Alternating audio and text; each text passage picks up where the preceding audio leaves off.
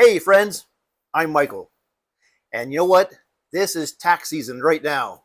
So, if you don't like talking about taxes, if you don't want to have to see your taxes, that's okay. I understand. Contact me, send me your information, I'll get it done while you have fun. Win-win. Be great.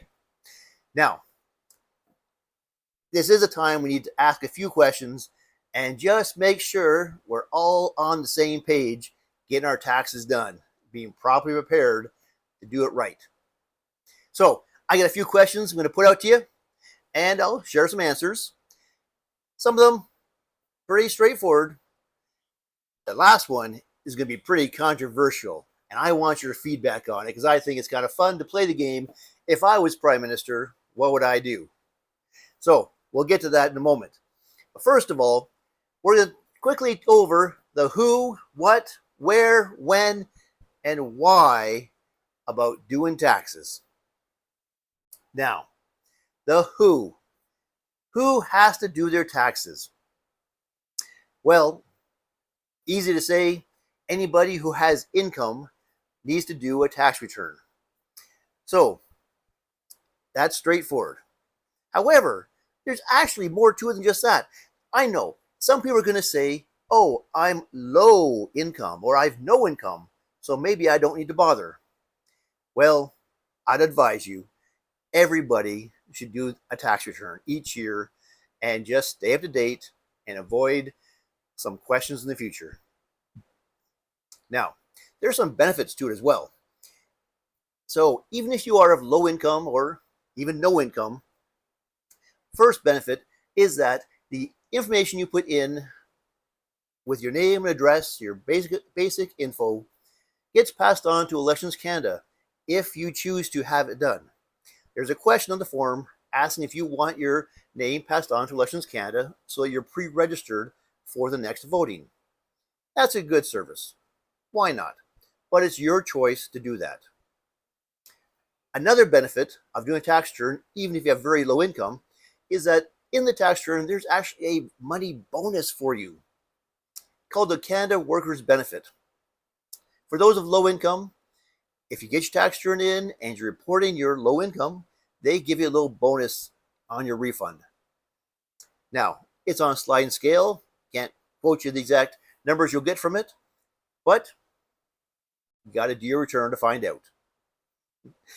And of course, there's other benefits that come after your tax return is done.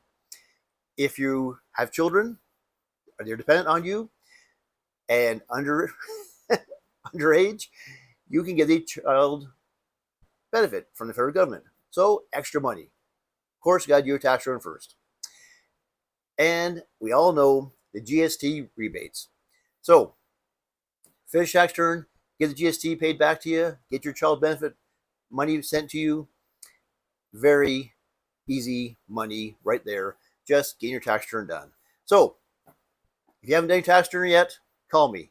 Let me help you out. We'll get it done together. The next question we got to ask is what? What goes into your tax return?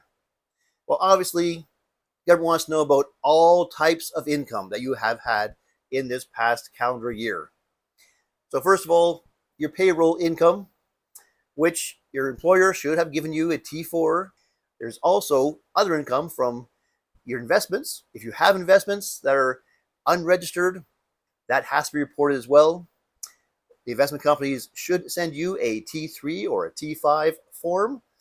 If you haven't received it yet, be very careful. Do not submit your returns until you have all the information in hand to get it done completely right the first time. Now, there's other income.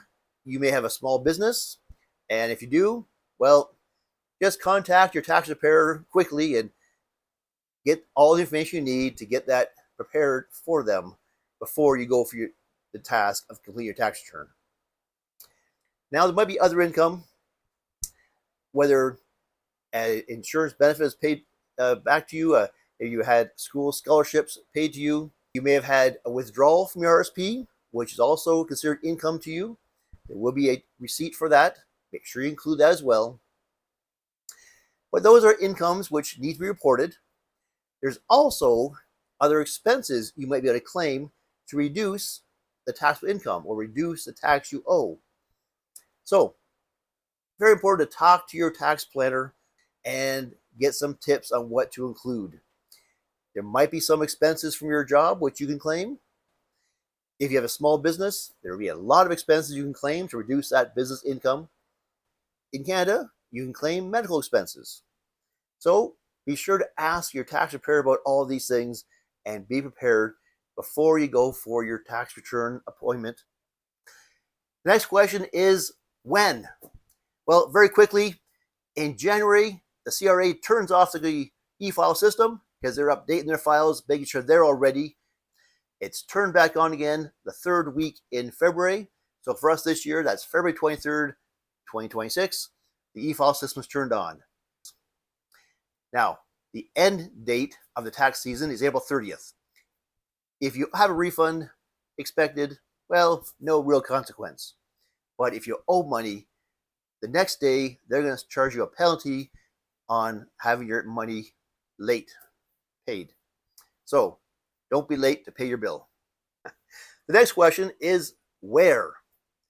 Now, we are talking about Canadian taxes, but one thing we need to be aware of, in Canada, you pay taxes based on being a resident. If you've been here more than half the year, then yes, they expect you to report your income for the year here in Canada. There are Canadian taxes, also provincial taxes, which get completed in the same form. You are paying federal and provincial taxes at the same time. No other side note, while you are living in Canada, you may have income from another country, whether it's a pension or other business or other investment income. That foreign income still must be reported as well. Also, if you own property in the States valued over $100,000, that needs to be reported as well. So these things are extra complications that it'd be smart to speak to your tax preparer before you have your appointment.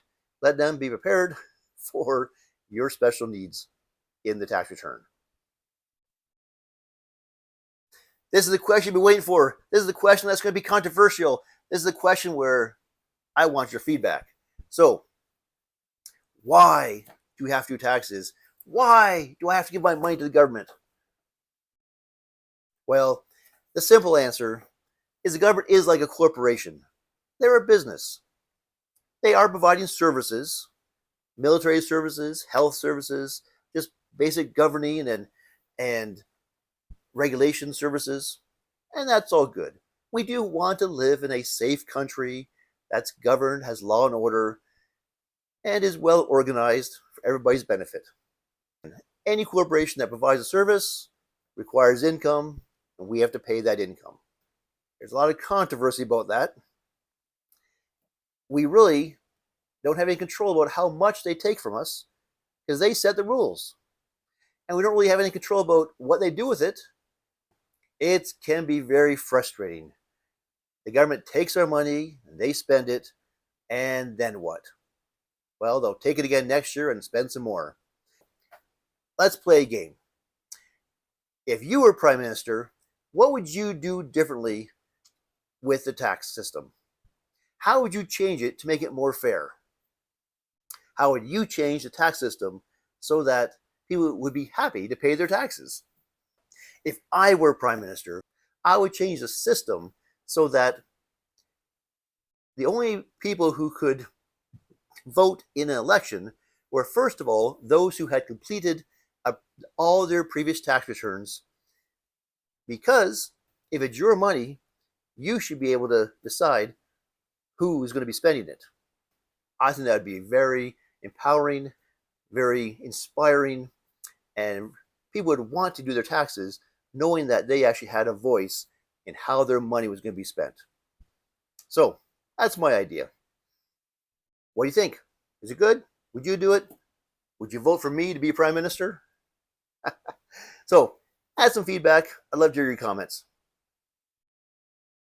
All right, we've quickly gone over the who, what, where, why, and when, and why of doing taxes. Just one practical tip left, that is how. Well, simply, if you're not comfortable doing your tax returns, just give my contact information, send me an email. I will send you back a checklist and some explanations about what we're going to do, and we will get it done together. Be aware, it is your responsibility to provide the taxpayer with all the relevant information. So right now, do up a checklist of all your income, of all your other expenses that you might think you can claim on your tax return. And contact your tax preparer in advance, ask them some questions, and make sure you're fully prepared with all the paperwork needed before your taxpayer meets with you to get the job done. Get it done once, make everybody happy.